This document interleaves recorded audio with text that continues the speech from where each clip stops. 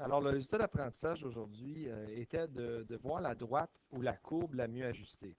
Donc, en gros, on a vu à date des nuages de points. Puis on a vu comment est-ce que c'est une généralisation de données qu'on a recueillies qui ne crée pas une belle ligne droite ou une belle courbe parce que, écoute, veux pas, les données ne sont pas parfaites.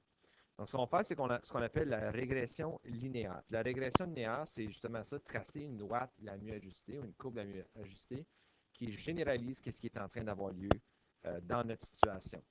Donc, quelques petites définitions qui vont revenir plus tard. Donc, le but de tracer une droite la mieux ajustée ou une courbe la mieux ajustée, c'est de voir une tendance ou un pattern. Puis avec le pattern, on est capable d'interpoler puis extrapoler. Donc, les deux, ça veut dire la même chose. Les deux, ça veut dire faire des prédictions, mais interpoler, ça veut dire à l'intérieur de tes données, puis extrapoler, ça veut dire à l'extérieur de tes données.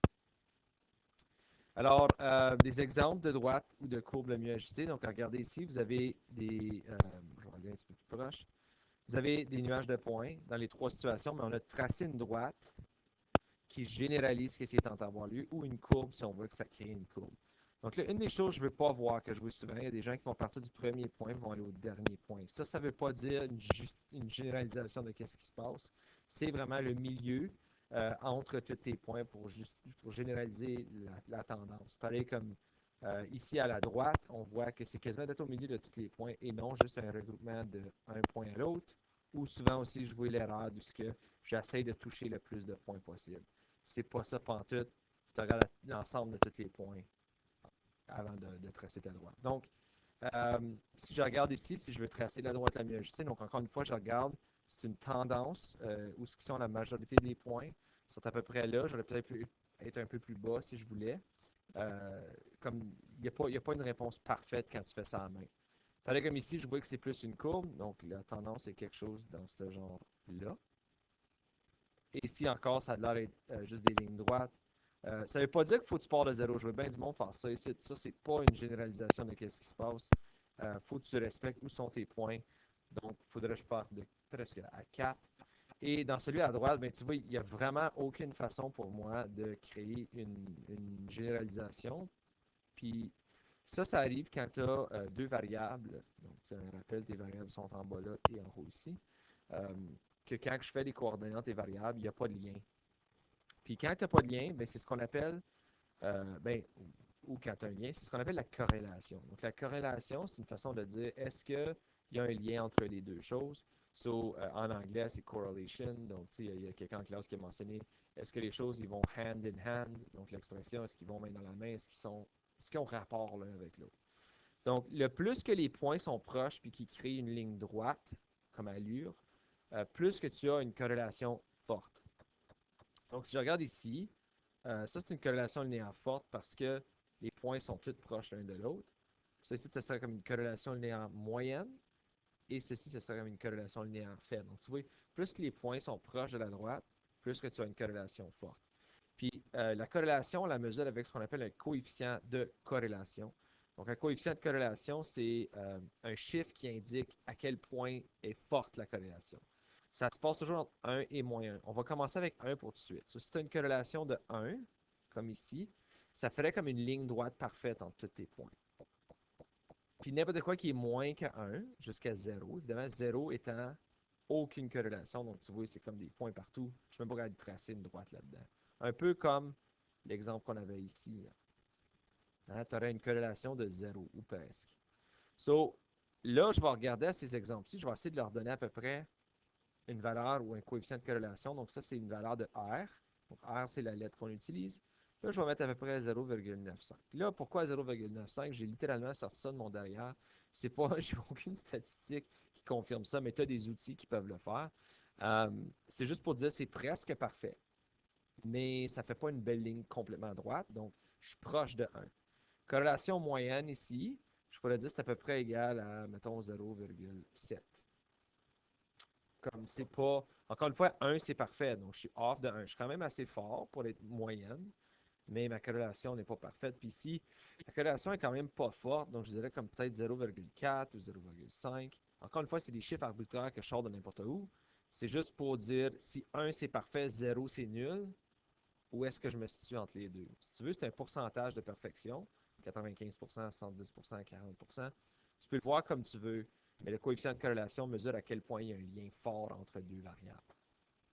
Ici aussi, pourquoi on dit entre moins 1 et 1? Ben, on lit toujours un graphique comme un livre de gauche à droite. Donc, si ma droite ou mes points descendent, ben, c'est une corrélation négative à ce moment-là.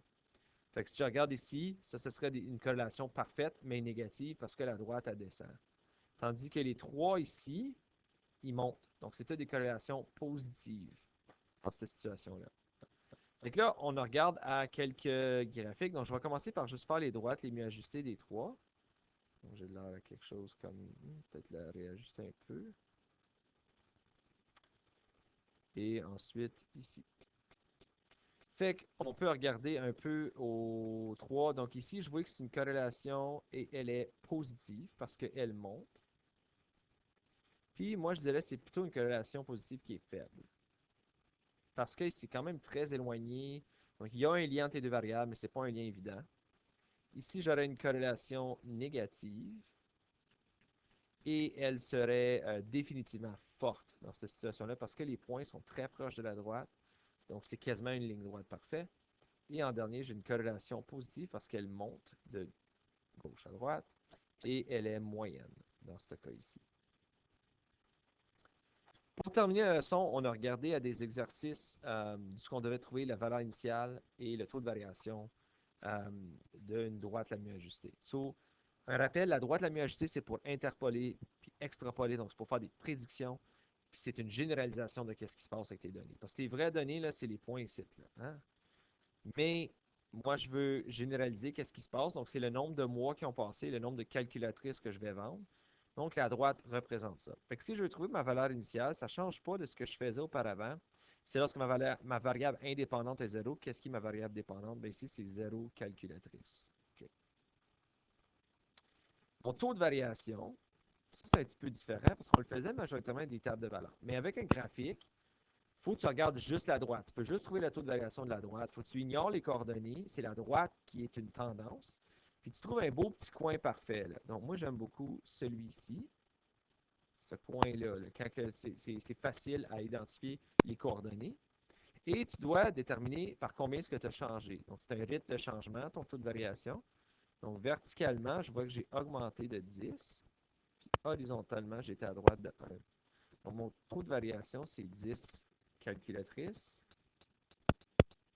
Excusez, là, j'écris avec mon doigt, là, pour chaque un mois. Donc, je varie de 10 calques par mois. Je vends à peu près 10 calques de plus par mois. Dans la deuxième situation, si je regarde ici, encore, je vais trouver ma valeur initiale. Donc, je regarde quand ma variable indépendante est 0, c'est ici. Et je dis, OK, c'est quoi la valeur de ma dépendante? Bien, elle est là, donc c'est 50. Donc, c'est 50 mm, ma valeur initiale. Puis ici, c'est le nombre de pépins et le diamètre d'une pomme. Donc, je regarde si un pépin a 0. Si j'ai 0 pépin, j'ai un diamètre de 50 mm, selon la tendance. Évidemment, ce n'est pas quelque chose qu'on a mesuré parce que le premier qu'on a mesuré avait 2 pépins dedans. Donc là, si je veux le taux de variation, encore, je me base uniquement sur la droite. Je trouve un beau petit coin parfait, donc j'en vois un juste ici. Hey, ça va mal avec mon doigt, là, pardon. Là. Je pense que c'est défacé à côté. J'en ai un parfait d'être là. Alors, je vais pouvoir mesurer, c'est quoi le rythme de changement ou la variation. Donc, je vois qu'ici, oui, je monte de une ligne, mais c'est 10, cette ligne-là. Donc, c'est plus 10. Et à la droite, chaque ligne augmente de 1. Donc, je vois que c'est plus 5. Je suis allé de 0 à 5. Donc, mon taux de variation, c'était 10 mm pour chaque 5 pépins. Mais là, on s'entend, 10 sur 5, c'est une fraction ou un rapport qui peut être réduit. Donc, je peux diviser le haut et le bas par 5, ça va me donner 2 mm pour chaque un pépin. Donc, en général, ma pomme elle va grandir en diamètre de 2 mm à chaque fois que j'ai un pépin. En dernier, on va interpoler puis extrapoler, qui était ce que j'ai mentionné au début de la leçon. Donc, ça veut dire faire des prédictions. Okay? Donc, la droite, c'est à ça qu'elle sert à faire des prédictions. Donc, si je veux interpoler le nombre de calculatrices que je vais vendre après 2,5 mois, ben, il faut que je regarde, OK, 2,5 mois, c'est ici. Selon la droite, ça, c'est le montant de calque que je vais vendre, qui est 25. Donc, en interpolant, je vois que je vais vendre 25 calculatrices. Si j'ai 2,5 mois qui ont passé, ça s'appelle de l'interpolation parce que ça se passe entre mes données, mais mes données sont de là à là. Right? J'ai des points de là à là. N'importe quoi qui serait à l'extérieur de ça, ce serait de l'extrapolation, qui est quand même la même chose que tu fais là. Donc, ce qui m'amène à l'extrapolation. Donc, je vais extrapoler le diamètre d'une pomme qui a 14 pépins. Donc là, on voit toute notre recherche. On va utiliser ça pour dire, OK, mais si j'avais 14 pépins, je regarde 14 pépins, ça m'amène d'être là. Puis ça m'amène à peu près là. Sur 14 pépins, c'est à l'extérieur de mes données. Regarde, mes données finissent ici. Là. Fait que 14 pépins, c'est de l'extrapolation. So, je regarde à 14 pépins, ma droite, elle m'amène à peu près là, qui est à peu près 78 mm. Donc, c'est pas une. J'ai pas fait de recherche pour trouver ça. Mais ça me permet de prédire que si j'ai 14 pépins, ça va me donner à peu près 78 mm. Alors, ceci met fin à la leçon d'aujourd'hui. Si vous avez des questions, n'hésitez pas à communiquer avec